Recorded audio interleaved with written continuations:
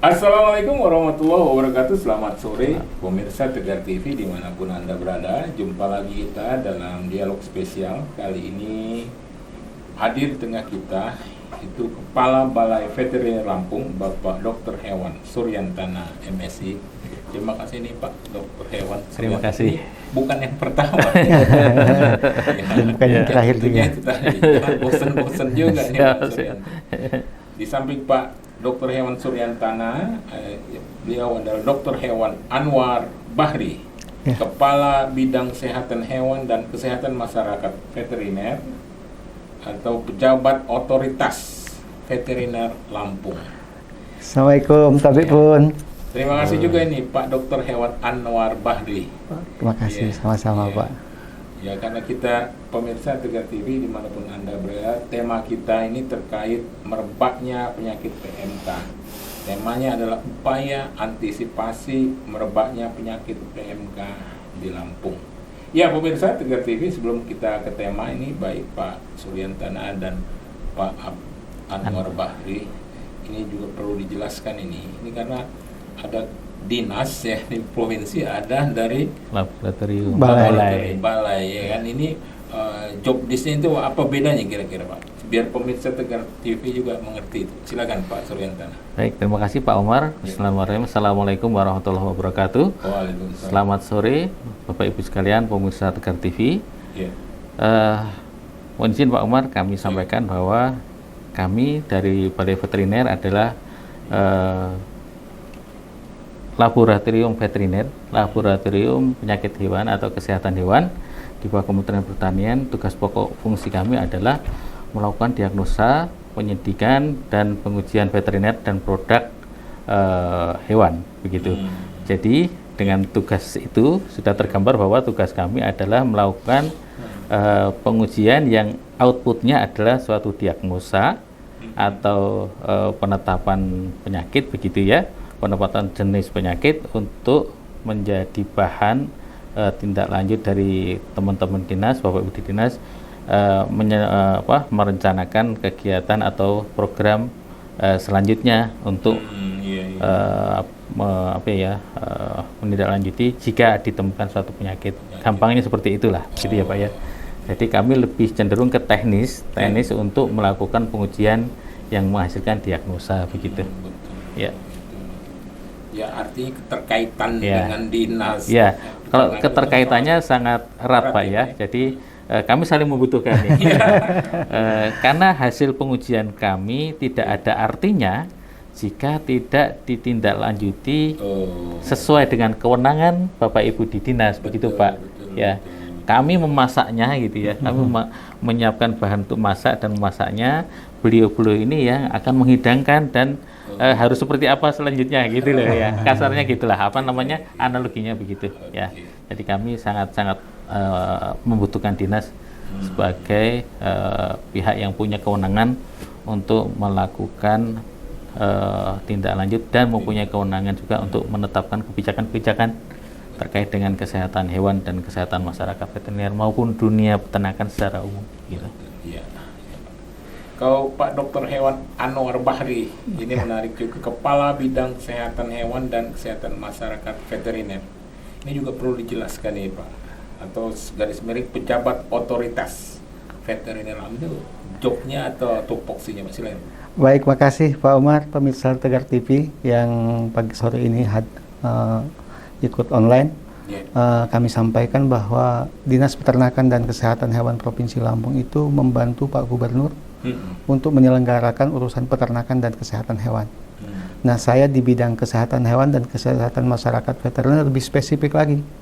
Masalah bagaimana kita menjaga kondisi penyakit hewan yang ada di Lampung plus kesehatan masyarakat veteriner, produk-produk peternakan yang dihasilkan di Lampung aman untuk dikonsumsi oleh masyarakat, dan itu tugas bidang kami. Terkait otoritas veteriner tadi adalah semacam pemberi masukan kepada pimpinan daerah bagaimana melakukan tindakan-tindakan pencegahan, pengendalian ketika terjadi suatu penyakit atau terjadi suatu ancaman terhadap ternak-ternak yang ada di Lampung. Dan masukan itu dijadikan bahan untuk pimpinan daerah untuk menentukan kebijakan lebih lanjut, termasuk ke penyakit mulut dan kuku ini. Seperti itu, Bapak. Oke, menarik ini Pak Anwar Bahri, dokter hewan ini. Ya, Pak Anwar, sesuai dengan tema kita, karena ini kan Pak Suryantana, kita tahu bahwa sekarang ini merebaknya penyakit mulut dan kuku ini, ya terutama di Jawa ya Bang, ini juga perlu dikonfirmasi juga di Provinsi Lampung ini sendiri. Kalau menurut Pak Dokter Hewan Anwar Bahri ini, kondisi PMK di Lampung ini bagaimana? Baik Pak Umar, memang secara laporan dan temuan laboratorium kami sampaikan juga bahwa saat ini memang merebak di Jawa. Tetapi Lampung pun sudah terkonfirmasi positif oleh Pak Suryantana. Itu di akhir Desember kemarin. Desember 2024. 2024 kemarin, dan di 31 Desember itu sudah terkonfirmasi positif ada di 2 kabupaten. Di 2 kabupaten ya, Pak? Kabupaten Lampung Tengah dan Kabupaten Lampung Timur. Namun kondisi saat ini itu sudah pulih, sudah sehat semua. Memang kemarin yang di Lampung Tengah sempat dilakukan potong bersyarat, tapi mudah-mudahan cukup sampai di situ Pak Umar. Artinya kami sudah melakukan pengendalian sampai ke tingkat itu, dan kondisi saat ini rata-rata sudah sehat semua. Nah, kami ceritakan sedikit bahwa penyakit mulut dan kuku itu kan sampai di Lampung itu di tahun 2022 Bapak. Tepatnya bulan Mei tahun 2022 itu Lampung sudah terkena penyakit mulut dan kuku. Dan saat itu yang bergejala klinis itu muncul sampai November 2022 itu tidak terlaporkan lagi yang memiliki gejala klinis. Tetapi ternyata selang hampir 2 tahun lah, 1,5 tahun, di Desember akhir kemarin ternyata muncul lagi. Beriringan dengan kasus yang paling merebak di Pulau Jawa. Seperti itu Bapak. Ya, artinya Lampung sudah kena, tetapi saat ini kolaborasi dengan Balai Veteriner, Dinas Kabupaten Kota, kami sudah melakukan tindakan-tindakan pencegahan dan pengendalian. Di 2 daerah tadi itu ya Pak? Semua Pak. Kalau yang lebih spesifik memang di 2 daerah, tetapi kami lebih ke semua kabupaten kota kita lakukan upaya-upaya untuk melakukan pencegahan dan pengendalian. Seperti itu. Ini menarik ini Pak Suryantana. Ini terkait soal penyakit mulut dan kuku secara teknis ya, ciri-ciri kalau misalnya ternak sapi khususnya yang penyakit mulut dan kuku, silakan Pak. Baik, terima kasih Pak Umar, Bapak Ibu pemirsa Tegar TV. Mungkin Bapak Ibu pemirsa sudah pernah mengenal penyakit mulut dan kuku, karena tadi disampaikan oleh Pak Anwar tahun 2022 sudah masuk di Lampung, begitu ya. Tapi Bapak Ibu Dinas bisa mengendalikan sehingga hilang tuh, nggak ada lagi di lapangan. Kemudian muncul lagi di akhir tahun 2024 kemarin ya. Saya sekedar mengingatkan kembali pada pemirsa sekalian, khususnya para peternak yang ada di Lampung, ciri-ciri dan lainnya terkait dengan penyakit PMK. Jadi PMK ini penyakit yang disebabkan oleh virus ya. Harus dicatat oleh virus. Kenapa harus dicatat? Karena penyakit-penyakit yang disebabkan oleh virus ini proses penularannya biasanya jauh lebih cepat daripada penyakit yang disebabkan oleh agen yang lain, bakteri misalnya. Ya. Kemudian selain itu saya sampaikan juga terkait dengan gejalanya. Biasa kalau di kami maupun di teman-teman dinas itu ada laporan Isiknas itu menyebutkan gejala yang nyata, yang gampang dia itu PLL disingkatnya. Nah, itu paling gampang, PLL, yaitu pincang, kemudian ada lepuh, dan ada liur yang banyak, liur yang berlebihan.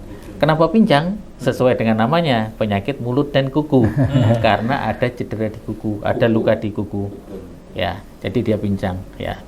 Kemudian lepuh di area mulut dan moncong dari ternak khususnya sapi. Ketika dia terkena, maka akan muncul seperti kalau di orang itu sariawan Pak.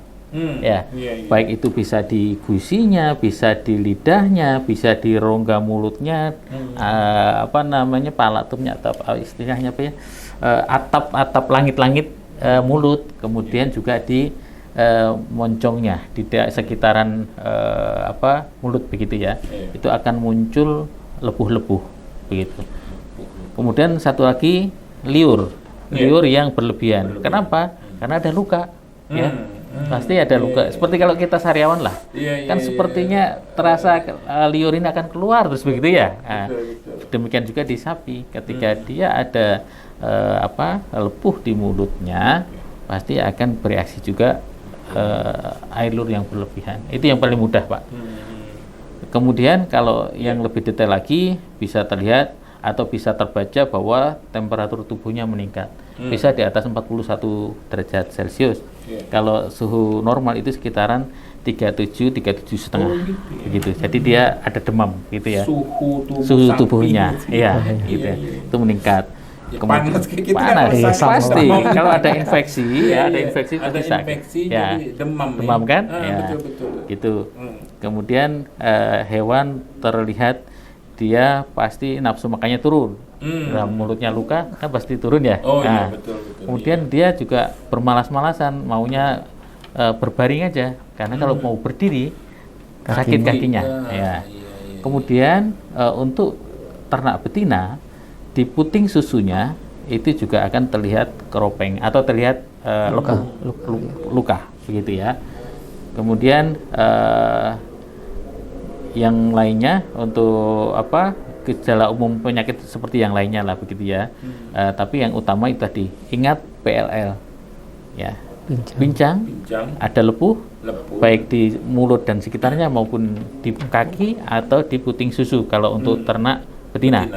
Kemudian yang satu lagi liur yang berlebihan. Iya gitu, Pak. Itu yang paling gampang ya untuk diingat. Menarik. Ya, Pak Dokter Hewan Anwar Bahri dan Pak Dr. Hewan Suryantana MSI. Kita akan lanjutkan pada sesi selanjutnya. Ini menarik, tema kita adalah upaya antisipasi merebaknya penyakit PMK di lampu. Tapi informasi yang dari Pak Anwar Bahri tadi, kita sudah menurun ya kondisi penyakit PMK itu ya. Ya pemirsa Tegar TV dimanapun Anda berada, dialog spesial kita pada sore hari ini akan kita lanjutkan pada sesi selanjutnya. Jangan kemana-mana pemirsa, tetap di Tegar TV.